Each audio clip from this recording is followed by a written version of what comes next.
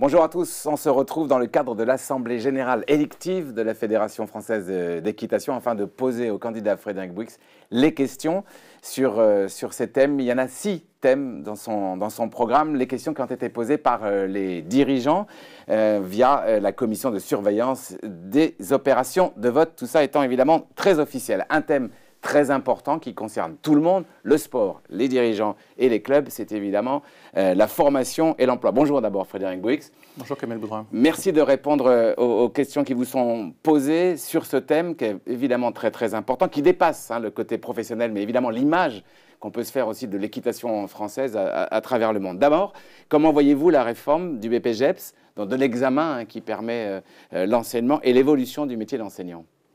C'est presque une question philosophique, mais elle est très importante. Avant de répondre à cette question, je voudrais reposer un peu le cadre de ce diplôme et de l'obligation de diplôme en France. Il faut savoir qu'en Europe, au sein de l'Union européenne, seuls 2 pays obligent un diplôme pour exercer les activités physiques et sportives, c'est la France et l'Italie.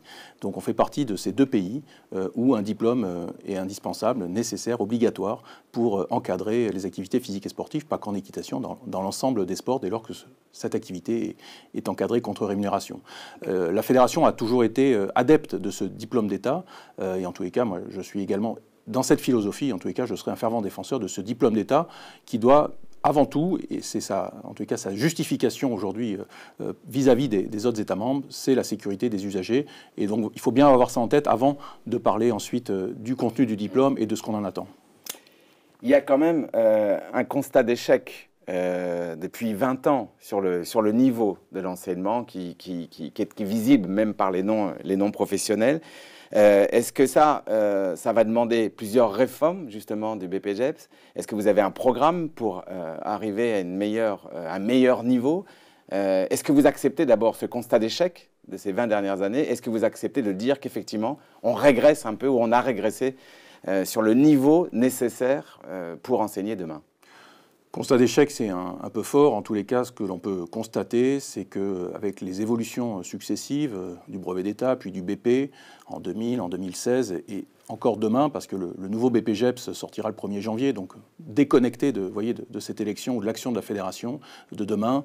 En tous les cas, effectivement, il y a eu une évolution du cadre des diplômes professionnels et l'équitation n'est pas isolée, elle doit se fondre dans un cadre réglementaire qui est commun à l'ensemble de la formation professionnelle sur la durée, sur l'habilitation des organismes de formation, sur un certain nombre de paramètres.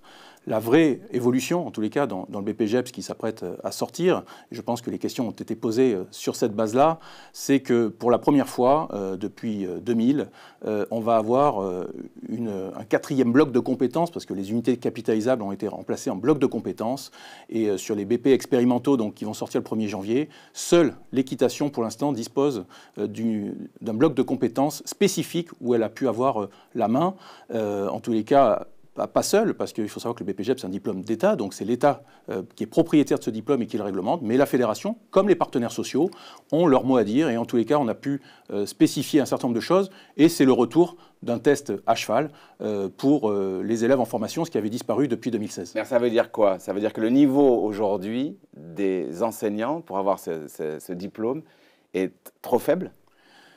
C'est ça que ça veut dire, si vous réévaluez les choses. Alors, juste pour essayer d'être simple et concis, depuis 2016, le niveau, il n'y avait plus d'examen de sortie à cheval. En fait, le niveau de sortie était évalué en entrée et il n'y avait presque plus de formation équestre pendant la formation. Aujourd'hui, effectivement, avec ce nouveau test, effectivement, c'est le contrôle du niveau des futurs enseignants en cours de formation avant d'accéder au dernier bloc de compétences. Donc c'est une nouveauté. On sait que les réformes, il faut attendre qu'elles produisent leurs effets. C'est parfois long. Mais ensuite, je souhaite, sur cette question, vous l'avez rappelé, qui est centrale et qui nous concerne tous, il faut avoir un vrai discours de vérité et de sincérité pour l'ensemble des acteurs. Et aujourd'hui, trop facilement, les acteurs se renvoient la balle entre les formateurs, les tuteurs, les centres équestres qui ont formé ces cavaliers qui deviennent des enseignants. Et je pense qu'il faut qu'on soit responsable et qu'on ait ensemble un véritable projet pour former des enseignants de qualité, bien sûr dans les contraintes légales, des contraintes horaires, des contraintes financières, mais en tous les cas que l'on fasse en responsabilité pour la qualité de nos formations. Par rapport juste à ça, un des projets du programme, ce sont des assises de la formation professionnelle avec l'ensemble des acteurs, pas que la fédération, l'État, la branche, mais également l'ensemble des organismes qui gravitent autour de la formation professionnelle équestre. Avec une autre question que vous avez posée, mais comment et avec quels moyens financiers, à quelle échéance vous pensez impulser une dynamique de formation continue ? On a la chance que la formation continue soit grandement financée par les cotisations des entreprises et des salariés, avec pour la plupart dans le monde agricole, pour nous, des organismes qui s'appellent Ocapia et Vivea, à la fois pour les salariés et pour les employeurs. Ces appels d'offres, ils se passent en région, et aujourd'hui, on est relativement absent de ces appels d'offres pour proposer des programmes de formation innovants et surtout adaptés à la clientèle, formation des enseignants, mais aussi formation des dirigeants.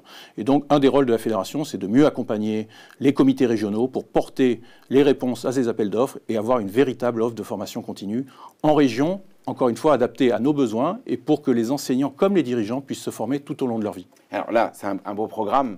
Maintenant, la question concrète, c'est comment vous allez mesurer l'impact et à nouveau un niveau supérieur à celui peut-être du diplôme de BPGEPS aujourd'hui. Alors, le premier impact, ça va être déjà l'adhésion du public à ces formations continues ou à ce programme de formation continue. C'est un premier indicateur. Et puis le deuxième, c'est la réalité économique des établissements équestres. C'est quelle fidélisation des enseignants, quel progrès sur la clientèle, sur la cavalerie, sur la fidélisation des cavaliers, des cavalières et des cavaliers dans les poneys clubs, dans les centres équestres.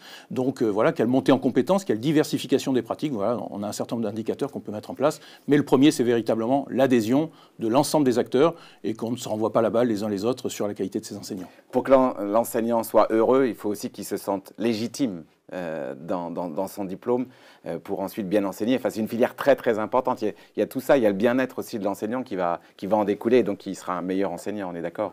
Tout à fait, ça en fait partie. L'enseignant d'aujourd'hui, ce n'est pas l'enseignant d'il y a 40 ans. Le monde a changé et l'équitation, elle n'échappe pas aux règles de notre société. Voilà, les gens ont d'autres attentes. Il y a besoin également de rendre compatible la vie professionnelle et la vie personnelle. Ce sont des grandes questions de société que l'on voit dans un certain nombre de métiers. Et l'équitation, la fédération doit apporter sa pierre à l'édifice dans ce domaine-là. Dernière question, comment arriver à mettre en place des formations innovantes et qualifiantes dans les zones rurales qui peuvent être un peu abandonnées pour le moment ?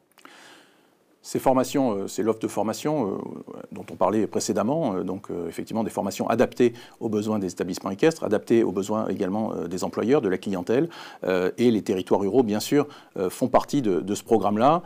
Tout ça ne peut se faire qu'avec le soutien des comités régionaux et des comités départementaux pour descendre surtout les lieux de formation dans toutes les régions, quelle que soit la densité de population et quel que soit l'éloignement parfois de centres de formation. On a la chance d'avoir des outils digitaux. Il y a FFE Campus, qui est un formidable outil, où aujourd'hui il y a près de 5000 enseignants qui sont déjà connectés, 2500 établissements équestres. Et en tous les cas, on doit renforcer à la fois la formation présentielle sur des durées courtes, adaptées au temps de transport, au coût, et associées donc à des outils digitaux, modernes, pour inciter les dirigeants et les enseignants à se former. Merci Frédéric Brux d'avoir répondu aux dirigeants qui vous ont posé ces questions sur ce thème évidemment fondamental, formation professionnelle et emploi.